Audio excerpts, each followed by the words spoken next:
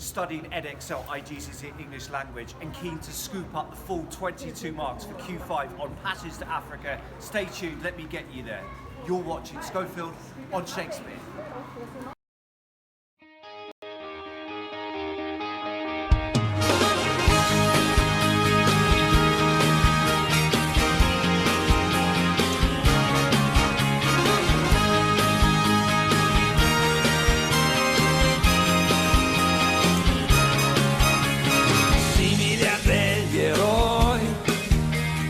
Abbiamo il cuore a strisce, portaci dove vuoi.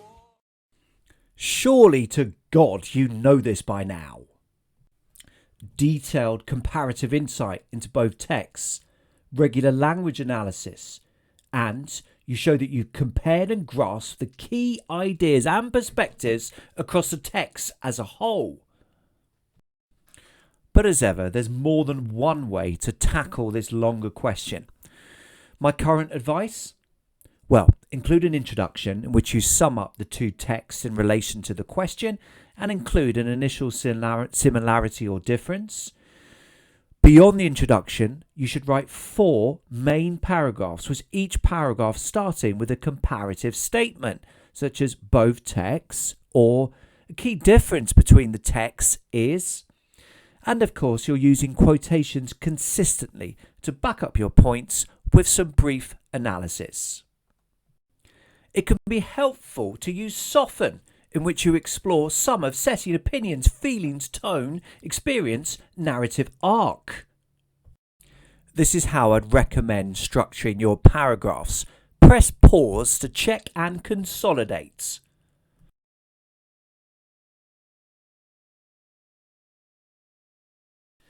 The Q5 question is very predictable. It will either be this or something similar. Have a go now at reading A Passage to Africa and Somalia Drought. Email me at schofieldonshakespeare@gmail.com if you would like a PDF version of this paper.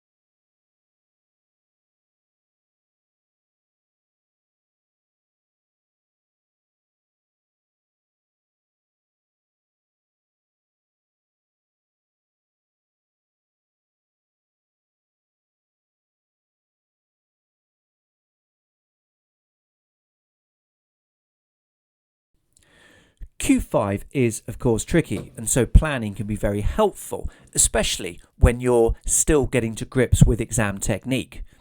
I'd strongly recommend learning some soften points for each of the 10 anthology pieces so that you can work more quickly in the exam hall.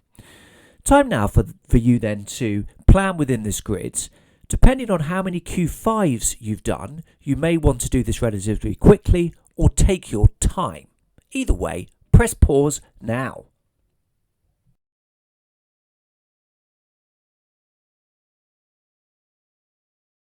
Success in IGCSE English Language is all about doing. It's all about practicing again and again. So here's the question. You've done your planning. Write your full response. Aim for full marks, the full 22 out of 22. The text will reappear now at 3-second intervals. Good luck. Press pause.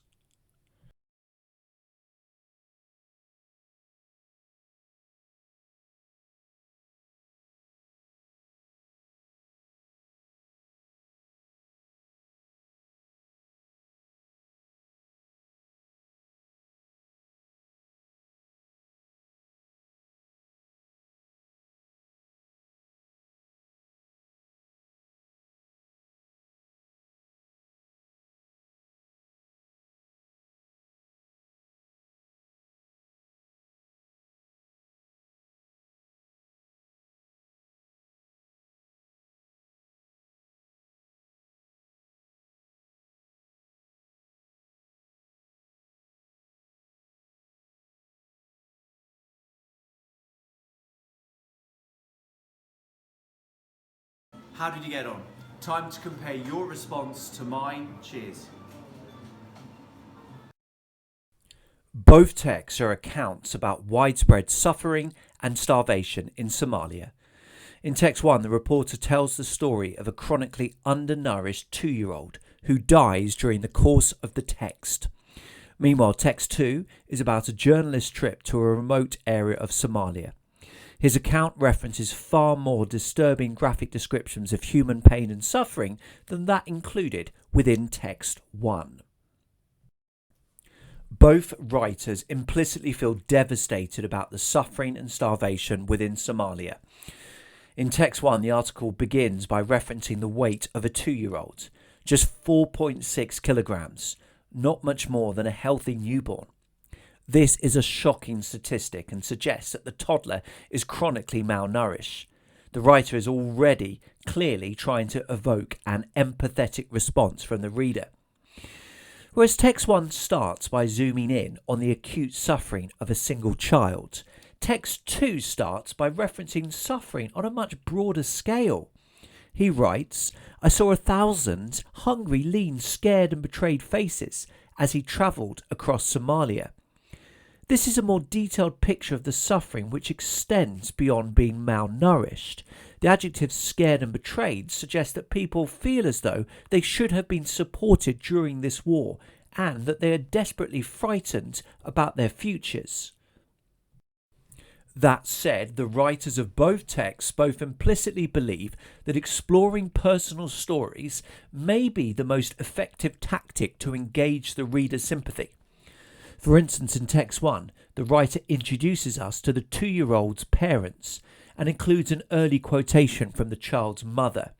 She says starkly, "We don't have food to feed him, but our neighbours have been helping us." These words are profoundly depressing in the acceptance of the lack of food, but also show a remarkable communal positivity in the reference to the neighbours. Similarly, in text 2, the writer also humanises the starving by including full names such as Amina Abdirahman and showing families trying their best to survive without international food aid. Whereas Hawa Abdi in text 1 thanks her neighbours, Amina Abdirahman in text 2 goes out in search of wild edible roots, leaving her 2 young girls lying on the dirt floor of their hut. It is clear that both writers want to emphasise the fact that these Somalians do not want to behave like victims and are taking every desperate step possible to support their families. However, in both texts, it is clear that these efforts are not enough to prevent the death of loved ones. In text 1, the 2-year-old child's condition deteriorates and he dies. The writer reveals within a single paragraph, and then at 10:13 on an overcast morning, it was over. This simple, understated sentence reveals the human tragedy of the repeated failures of the rainy season. The use of the pronoun it implies a writer devastated by the death of such an innocent young child. It feels less painful to use a euphemism rather than the verb die. Similarly, in text 2, when Amina Abdirahman returns from her hunt for edible roots, she finds that one daughter has died. No rage, no whimpering, just a passing away. The tricolon here implies a passive, quietly dignified acceptance of death, something which the Western reader is likely to find deeply shocking, especially in relation to children.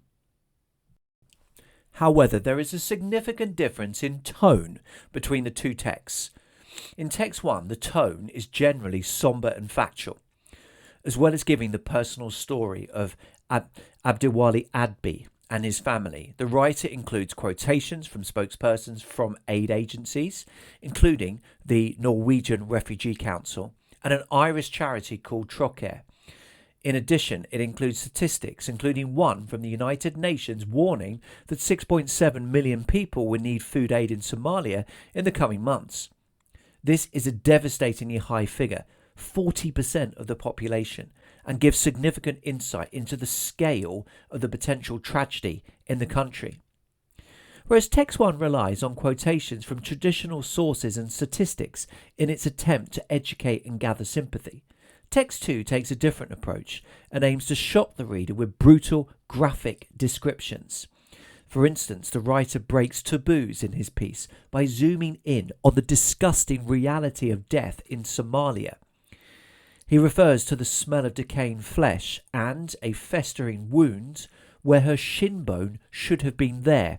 He adds, "It was rotting. She was rotting."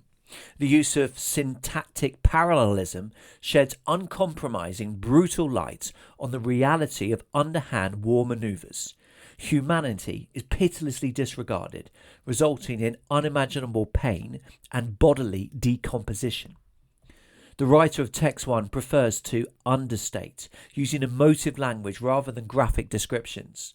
Following Abdiwali's death, his father says quietly, "Everyone must die at some time." The reader can only admire these levels of stoicism, which implicitly invite sympathy and potentially support from the more privileged Western reader. Both texts end by highlighting the quiet dignity of suffering Somalians, and thus inviting readers to respect and empathise. For instance, text 1 ends with the funeral of Abdiwali. His father and other men dig his grave before a short prayer, then the burial itself. For the Western reader, it seems remarkably plain and unceremonious, thus highlighting both the dignity and remarkable resilience of the people, but also the frequency of death. Text 2 ends not with a burial, but some philosophical ruminations about an embarrassed starving man's smile. The crucial question is, if the starving can be embarrassed about their plight, how should the more privileged feel to be standing there so strong and confident? This rhetorical question invites the reader more explicitly than in text 1 to consider how they should respond to those suffering in other parts of the world and their comparative privilege.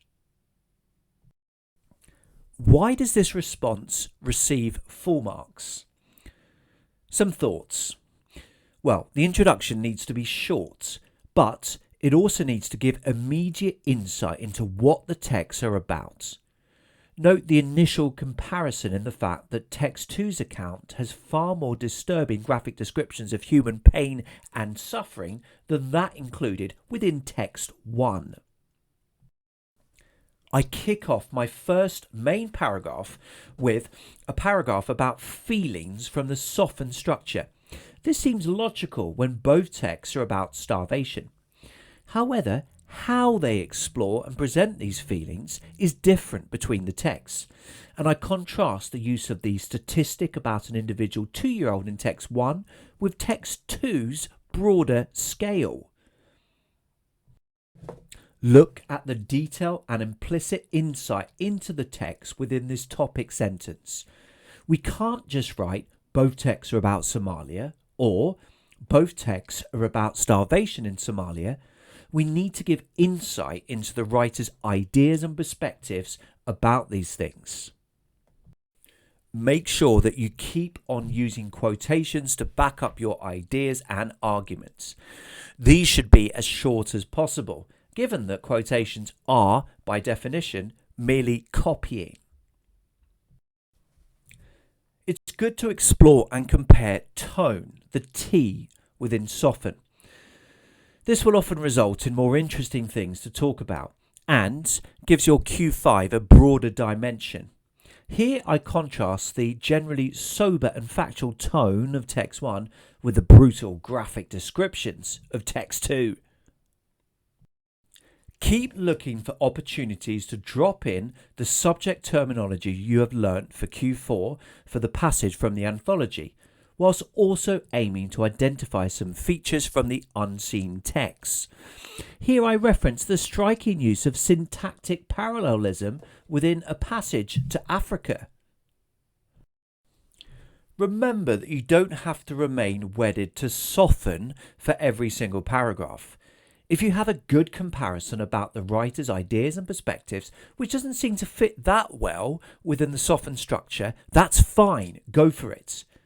It can also work well to compare the ideas and perspectives within beginnings and endings. Finally, don't be afraid to show off your vocabulary and use more interesting, complex words. I do this here in my use of words such as unceremonious, polite, and philosophical ruminations.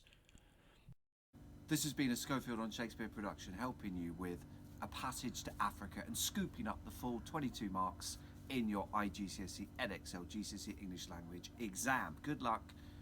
Many thanks for watching.